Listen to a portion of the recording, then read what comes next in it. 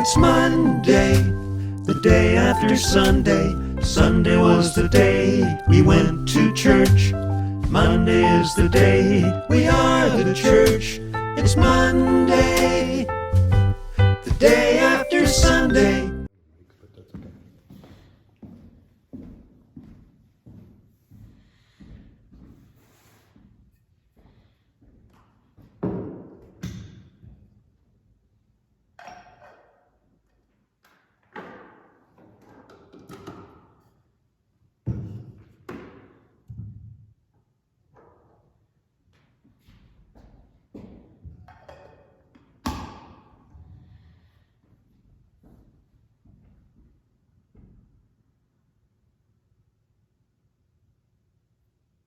We don't like silence, particularly from a preacher, I guess. But we don't like silence in our lives, whether it is, waiting for the internet to load up because it's a slow day for some reason, a response from other people, and particularly from God. In this Sunday, we talked about how Zechariah and God lived in silence. God for that 400-year period, but also Zechariah in 9 months. And waiting for God to do something. Then that silence really becomes overwhelming in our lives. And we've all encountered it. Times maybe when you're in the emergency room and you're praying for somebody or some loved one and you don't get a sense that God is listening and it doesn't go the way you think it should go. The job offer that you didn't get, that you really prayed for. The ongoing sense of anxiety or depression that's in your life that just doesn't seem to stop. The unreconciled relationship that you have with another person, no matter what you try. It seems like sometimes our prayers go as high as a ceiling and stop there. And so the question really is not if we have silence, but what do we do in those times of silence? And I can't help but go back to one great story in the Bible. It's 1 Kings chapter 19. And it's a powerful story. As a matter of fact, it's one of my dad's favorite stories growing up. Probably not for this reason, but it is a great story. As you well know, Elijah, great prophet of God, he's already defeated the Baal prophets. One of the greatest accomplishments of any preacher or any prophet is showing that God really does exist. And then the queen, Jezebel, she starts chasing him, wants to kill him, so he goes off and hides in a cave. And he is moping. He is frustrated. He feels like he's the only prophet of God, the only person that who's worshiping God. And so he prays to God in that cave and nothing. Pastor's pet peeve. So my pastor's pet peeve really has nothing to do with silence, but it's just a pet peeve I came up with. It's a personal one as well.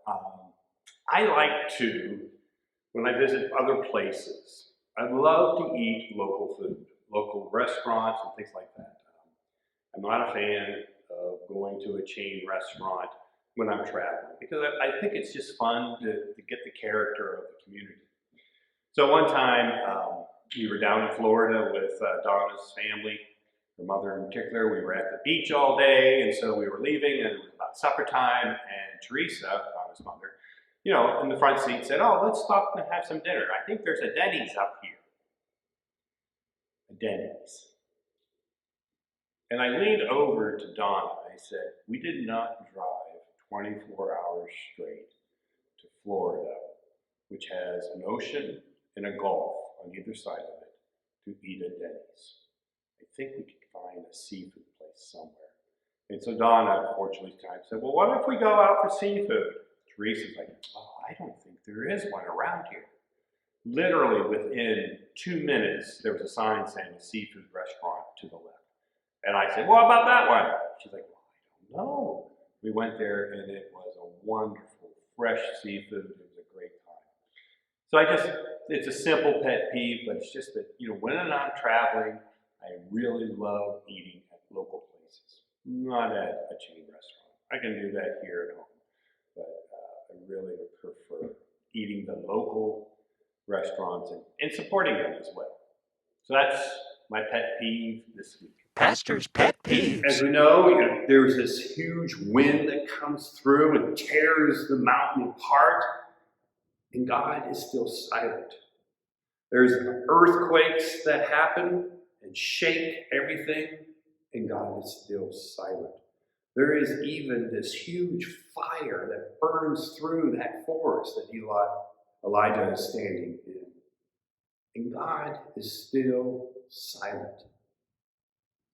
Now, it begs the question whether God was silent in those events or Elijah just wasn't listening.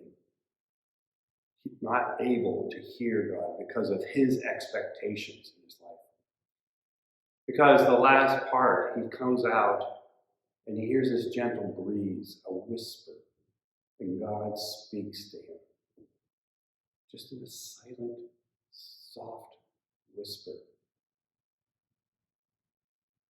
Sometimes the silence that we perceive is really us unable and unwilling to hear what God has to say.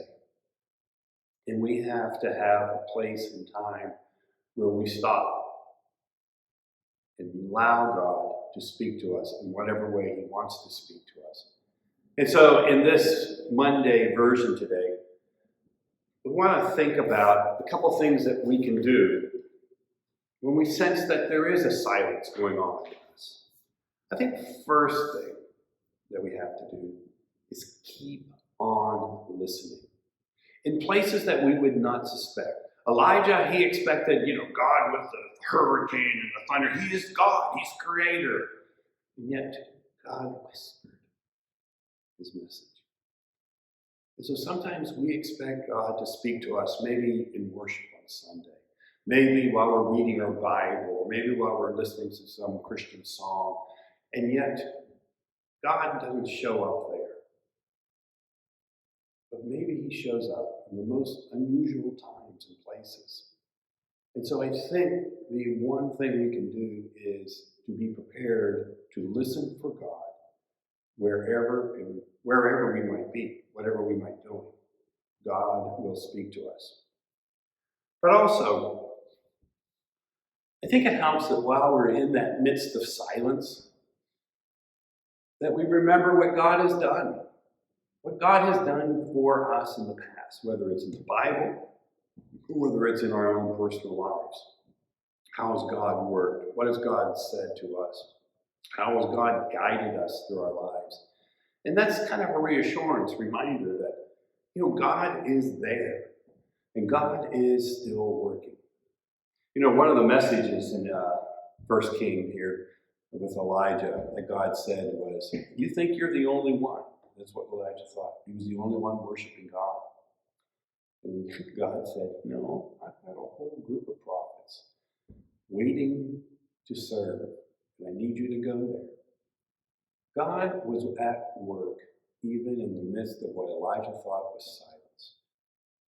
And so we have to be aware of that God is at work all around us, all the time. And it's not that God stops working, it's that we stop seeing that.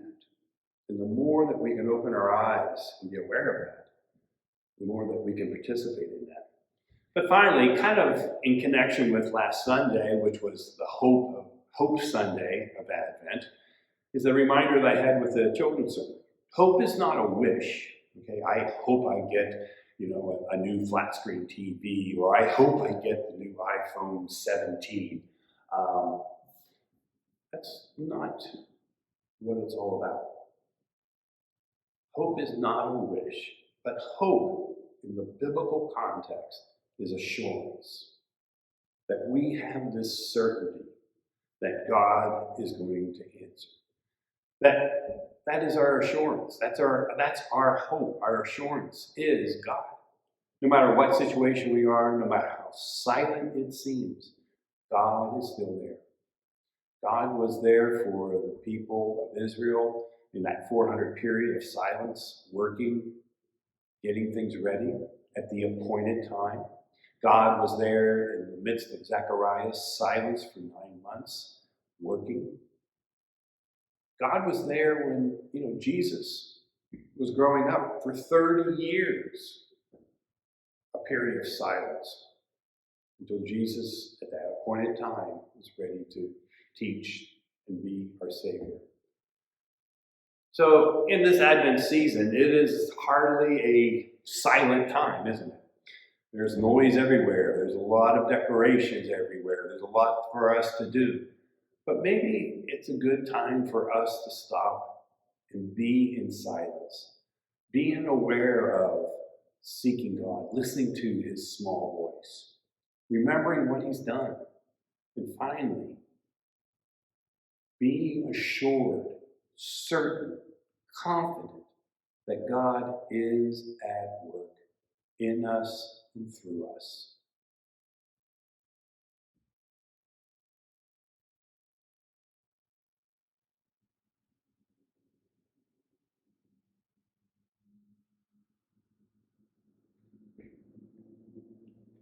Oh, it's Monday, the day after Sunday. Sunday was the day we went to church.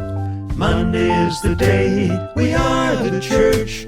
It's Monday, the day after Sunday.